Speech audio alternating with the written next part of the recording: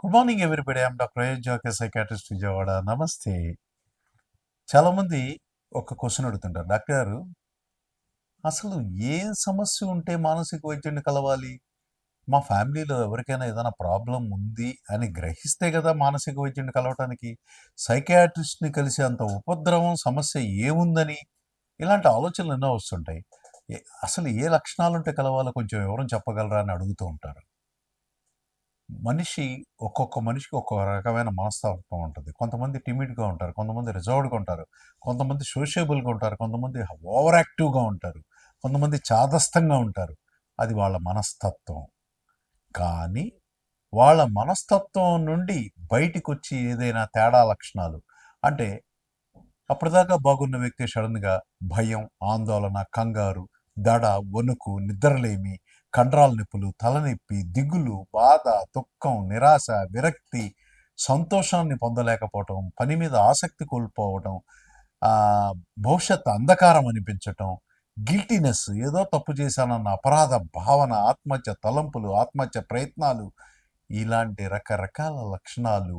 అలాగే అతి చిన్న విషయానికి కూడా భయపడిపోవటం. అంటే ఆ వీధిలో కుక్క పిల్ల ఉందంటే భయపడి ఇంకో అర కిలోమీటర్ ఎక్కువైనా సరే వేరే దారిలో తిరగటం. అలాగే లిఫ్ట్ డోర్లు మూసుకుంటున్నాయంటే భయపడిపోయి అసలు లిఫ్ట్లోకి ఎంటర్ అవ్వకుండా 10 అంతస్తుల భవనాన్ని ఎక్కి దిగటం. రక్తం చూస్తే భయం, అమ్మో అని చెప్పేసి తనకొచ్చిన మెడిసిన్ సీటు వదులుకోవాల్సి వస్తే, రాజకీయ వారసత్వం ఉంది కానీ 10 మందిలో మధ్యలో నిలబడి మాట్లాడాలంటే భయపడి ఆ రాజకీయ వారసత్వాన్ని వదులుకోవాల్సి వస్తే, దీన్నంతా ఫోబిక్ యాంగ్జైటీ అంటాం, లేదా ఫోబియా అంటాం. ఈ ఫోబియా మరి చిన్న విషయాలకి అంటే జనసాంద్రతలో ఎవరికీ లేని భయం ఈ వ్యక్తులకు ఉండటం, ఆ భయం వల్ల దాన్ని అవాయిడ్ చేయటం, పూర్తిగా దాన్ని తప్పించుకు తిరగటం, దాన్ని అసలు మన జోలికి వెళ్లకుండా ఉండటం, దీన్ని ఫోబియా అంటాం. కొంతమంది నలుగురిలో కలవాలన్నా, 10 మందిలో కలవాలన్నా, పార్టీలో నలుగురు ముందు భోంచేయాలన్నా, వీటన్నిటికి కూడా భయాందోళనకు గురై వాటికి అసలు వెళ్ళటం మానేస్తారు. దీన్ని సోషల్ యాంగ్జైటీ అంటాం. మరి చేసిన పని చేస్తాం, లేకపోతే చెక్ చేసిందే చేయటం, లేకపోతే ఒక మనసులోకి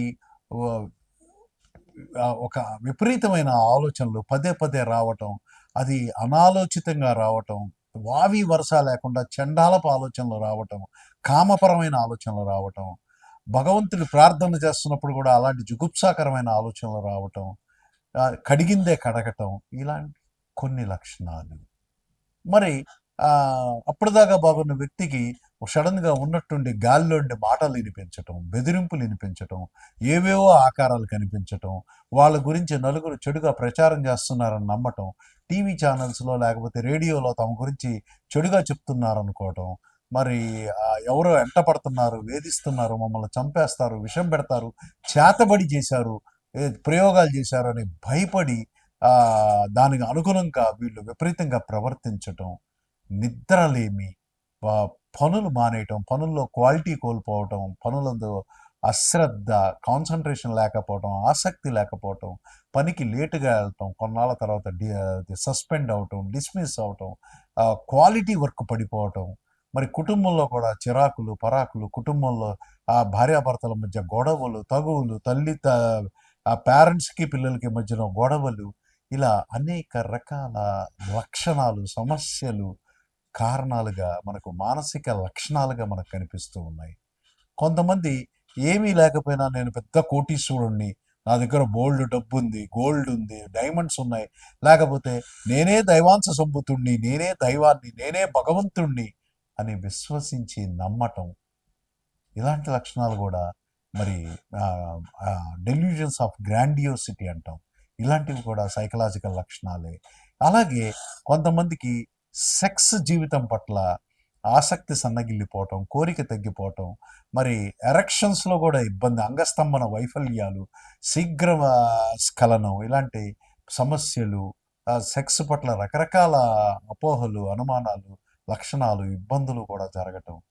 మరి కొంతమంది తాగుడుకు, మద్యపానం, ధూమపానం, గంజాయి, గుట్కా, ఖైనీ, జరద, డ్రగ్స్, నార్కోటిక్ డ్రగ్స్, వీటన్నిటికీ విపరీతంగా అలవాటు పడిపోయి ఎడిక్ట్ అయిపోయి బానిసలైపోయి తద్వారా వాళ్ళ జీవితాన్ని నాశనం చేసుకోవటం, ఆఖరికి ప్రాణాపాయం వచ్చి చనిపోవటం కూడా జరుగుతూ ఉంది.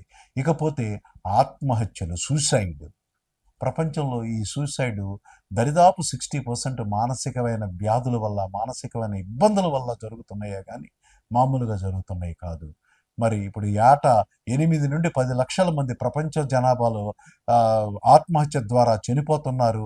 ప్రతి 45 సెకండ్లకు ఒక వ్యక్తి ప్రపంచంలో ఏదో ఒక మారుమూల ఆత్మహత్య చేసుకొని చనిపోతున్నాడు అంటే the most preventable cause of death on the globe.